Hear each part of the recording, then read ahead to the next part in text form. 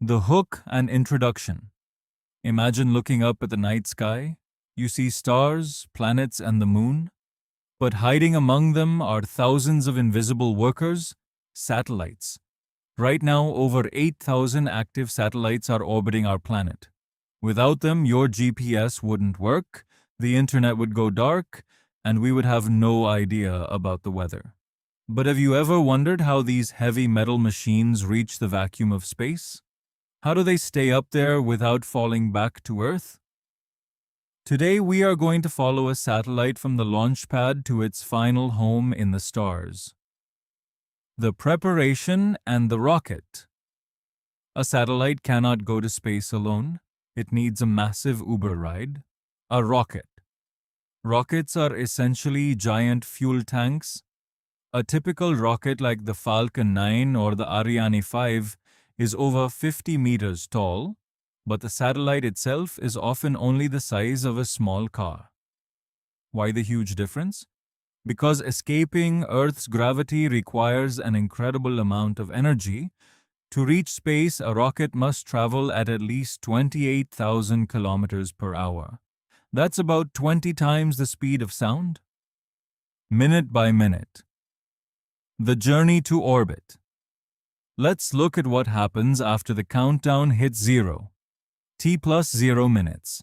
The engines ignite with a deafening roar. Thousands of tons of thrust push the rocket upward. T plus 2 minutes. The rocket is now 50 kilometers high. The side boosters, having used all their fuel, detach and fall away to make the rocket lighter. T plus 3. The fairing. The nose cone that protects the satellite splits open and falls off. The satellite is now officially feeling the thin atmosphere of space.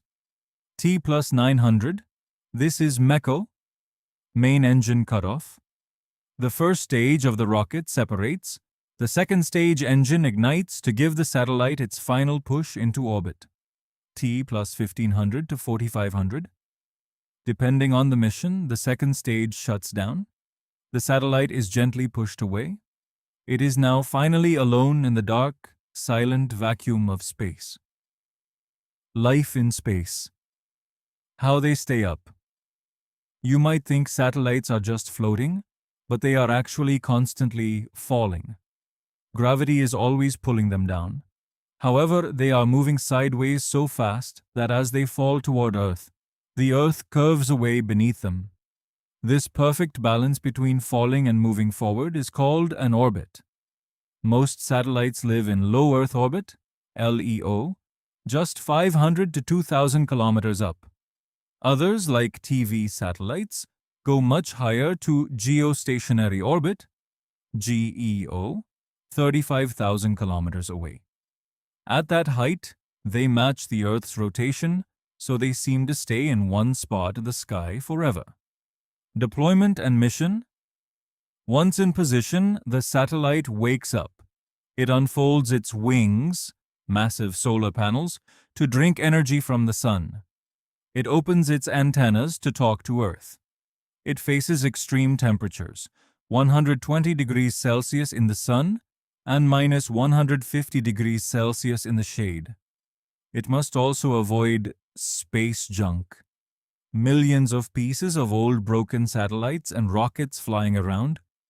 Despite these dangers, these silent guardians keep working for 5, 10, or even 15 years, sending us data that changes our world every single day. Conclusion. The next time you use your phone or check the weather, remember the incredible journey that little satellite took. It survived a fiery explosion, escaped gravity, and is now circling our world at thousands of miles per hour. Space is a difficult place, but thanks to satellites, it has never been closer to us. If you enjoyed this cosmic journey, don't forget to like and subscribe. What space mystery should we explore next? Let us know in the comments.